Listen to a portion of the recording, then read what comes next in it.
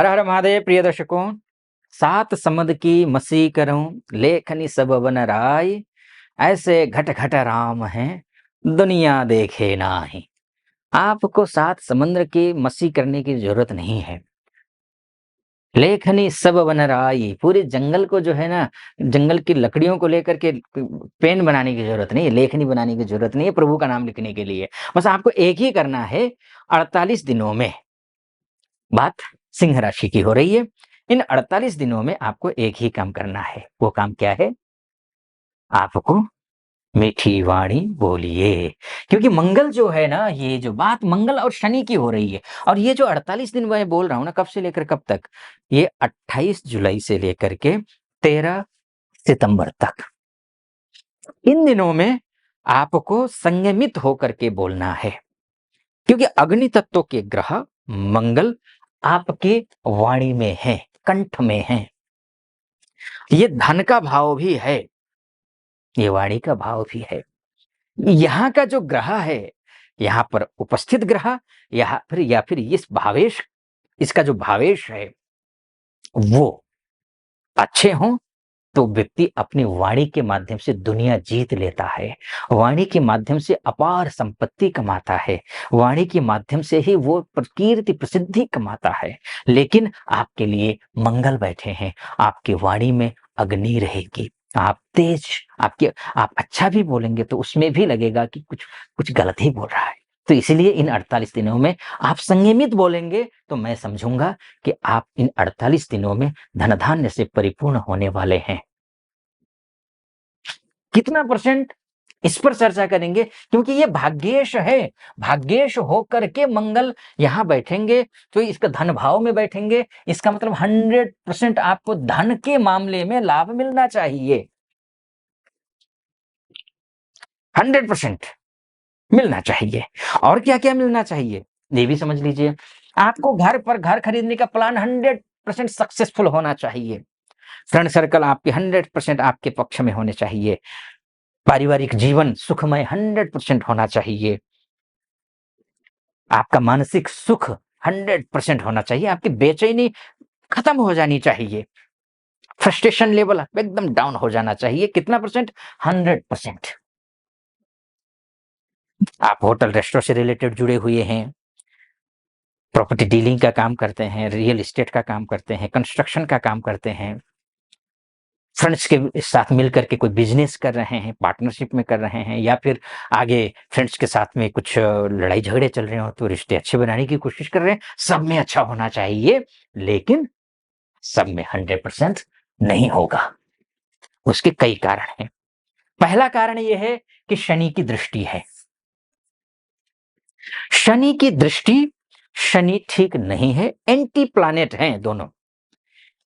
मंगल अग्नि तत्व का है, शनि वायु तत्व का है। कहां से एक जैसे हुए? नहीं हुए। मंगल तेजस्वी है, पराक्रमी है, साहसी है, कमांडर इन चीफ है, सेनापति है। शनि भृत्य है। मंगल के लिए कहा गया है सेनापति है क्षितिसुतः। और शनि के लिए क्या कहा है? भृत्यस्तयोश्च रविजः। ये सेना ऑर्डर देता है, ये ऑर्डर को फॉलो करता है। तालमेल नहीं है सेनापति और भृत्य के बीच, भृत्य अर्थात नौकर के बीच में कहां से जमीन आसमान का अंतर होता है। ये एक दूसरे को देख रहे हैं, लेकिन एंटी स्वभाव के हैं, शुभ नहीं है, इसलिए 100% नहीं मिलेगा। शनि वैसे भी शत्रु का ग्रह है। वैसे भी मंगल कन्या राशि में है, शत्रु बढ़ेंगे, ये भी 100% है। शत्रु बढ़ेंगे, ऋण बढ़ेगा, पैसा आने के बावजूद ऋण बढ़ेगा। कभी कभी स्थितियां ऐसी हो जाती है, विकराल आ जाती हैं कि भाई पैसा भी आ रहा है लेकिन ऋण है कि बढ़ाई जा रहा है।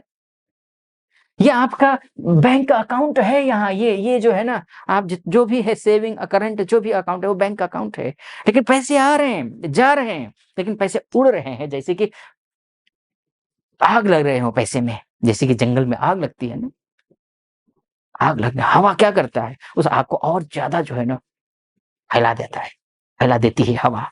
वैसे ही शत्रु भी। और किन मामलों स क्या कारण है जिसकी वजह से कम होगा, नुकसान नहीं होगा?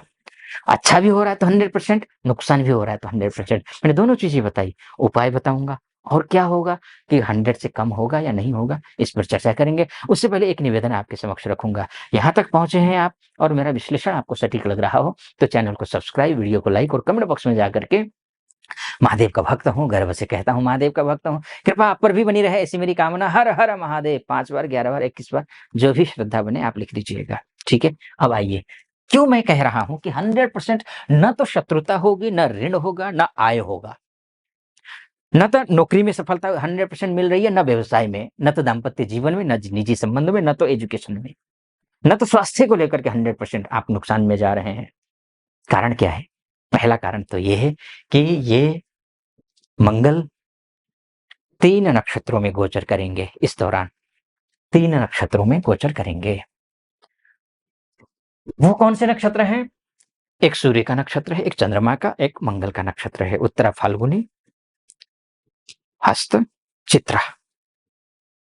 उत्तरा फाल्गुनी सूर्य का नक्षत्र है।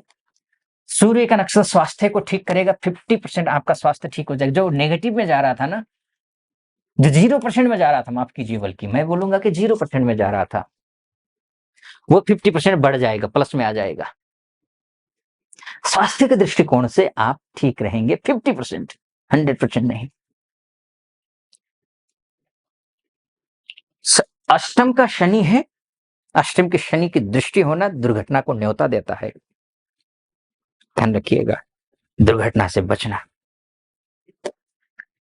आग से बचना, आग से भी, शत्रुओं से, हथियारों से बचना,